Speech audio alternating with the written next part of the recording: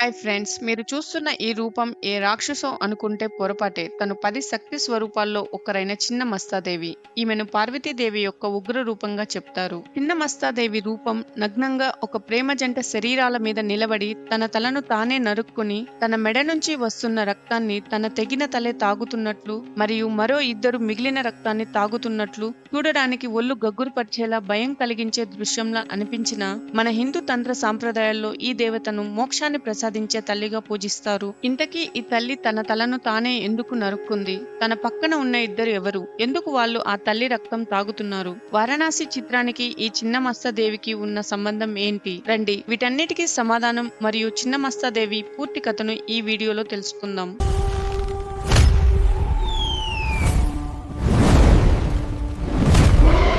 చిన్న మస్తాదేవిని అర్థం చేసుకోవాలంటే ముందు దశమహావిద్యల కథను తెలుసుకోవాలి. పూర్వం దక్ష ప్రజాపతి తన యజ్ఞానికి తన కుమార్తె అయిన సతీదేవిని ఆమె భర్త శివుణ్ణి ఆహ్వానించడు. శివుడు ఎంత చెప్పినా వినకుండా ఆమె ఆ యజ్ఞానికి వెళ్లాలని పట్టుబడుతుంది. శివుడు ఒప్పుకోకపోయేసరికి కోపంతో సతీదేవి తన నిజ రూపాన్ని బయటపెడుతుంది. 10 దిక్కుల నుండి 10 భయంకర రూపాలను శివుని చుట్టూ సృష్టిస్తుంది. కాళి, తార, త్రిపుర సుందరి, భువనేశ్వరి, భైరవి, ధూమావతి, బగలాముఖి, మాతంగి, కమల మరియు చిన్నమస్త.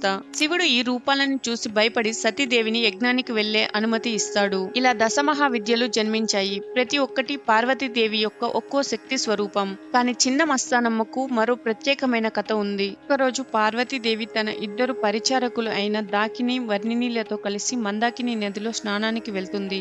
జలక్రీడలలో స్నానం చేస్తూ సమయం మర్చిపోతుంది. కానీ దాకిని, వర్ణినిలకు తీవ్రమైన ఆకలి వేస్తుంది. వాళ్ళు పార్వతీదేవితో ఇలా అన్నారు: అమ్మా, మాకు చాలా ఆకలిగా ఉంది, ఏదైనా తినడానికి పెట్టండి అని. పార్వతీదేవి నవ్వుతూ ఇలా చెప్పింది: కొంచెం ఓపిక పట్టండి, ఇంటికి వెళ్ళాక తిందామని. కానీ దాకిని, వర్ణినిలకు ఆకలి ఇంకా ఇంకా ఎక్కువైంది.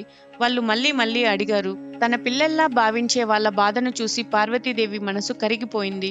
ఆమె ఒక్క క్షణం ఆలోచించి ఒక అసాధారణమైన నిర్ణయం తీసుకుంటుంది. తన సొంత తలను తానే నరుక్కుంది. ఆమె మెడ నుండి 3 రక్తధారలు వస్తాయి. ఒకటి దాకిని నోటిలోకి, ఒకటి వర్ణిని నోటిలోకి, మూడవది ఆమె తెగిన తల నోటిలోకి. ఆమె తన సొంత రక్తంతోనే తన బిడ్డల ఆకలిని తీరుస్తుంది, తనను తానే పోషించుకుంటుంది. వారి ఆకలి తీరాక ఆమె మామూలుగా మారి ఇంటికి వెళ్తుంది.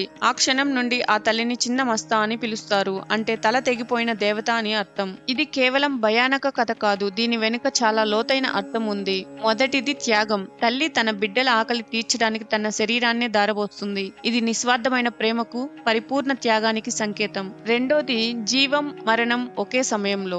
ఒకవైపు తల తెగిపోవడం అంటే మరణం, మరోవైపు ఆ రక్తమే ముగ్గురికి జీవాన్ని ఇస్తుంది. అంటే సృష్టి, నాశనం రెండూ ఒకేసారి జరుగుతున్నాయి. ఇదే జీవిత చక్రం. మూడోది కుండలిని శక్తి. తంత్ర సాధనలో చిన్నమస్తాదేవి కుండలిని జాగృతికి సంకేతంగా చెప్తారు. మన శరీరంలో ఉన్న శక్తి, అహంకారాన్ని, కామాన్ని దాటి ఆధ్యాత్మిక జ్ఞానం వైపుకు ఎదగడమే ఈ దేవత నేర్పించే పాఠం. ఆమె తన తలను తీసేయడం అంటే నేను అనే అహంకారాన్ని తీసేయడం. అప్పుడే నిజమైన జ్ఞానం లభిస్తుంది అని తంత్ర గ్రంథాలు చెప్తాయి. ఈ దేవత కేవలం పురాణ కథల్లోనే కాదు, నిజమైన శిలా రూపంలో నేటికి లక్షలాది భక్తులు దర్శించే 2 ప్రధాన ఆలయాల్లో కొలువై ఉంది. మొదటిది జార్ఖండ్ రాష్ట్రంలో రాజప్ప ఆలయంలో చిన్నమస్తాదేవిని పూజిస్తారు. ఈ ఆలయం తాంత్రిక శైలి వాస్తు శిల్పానికి ప్రసిద్ధి. రెండవది హిమాచల్ ప్రదేశ్ లో చింతపూర్ణి ఆలయంలో చిన్నమస్తాదేవిని పూజిస్తారు. ఇది 51 శక్తి పీఠాలలో ఒకటి మరియు 18 మహాశక్తి పీఠాల్లో ఒకటిగా ప్రసిద్ధి. చిన్నమస్తాదేవి ఈ మధ్య మరో కారణంతో కూడా చర్చనీయాంశమైంది. కారణం దర్శక ధీరుడు ఎస్ఎస్ రాజమౌళి రూపొందిస్తున్న చిత్రం వారణాసి.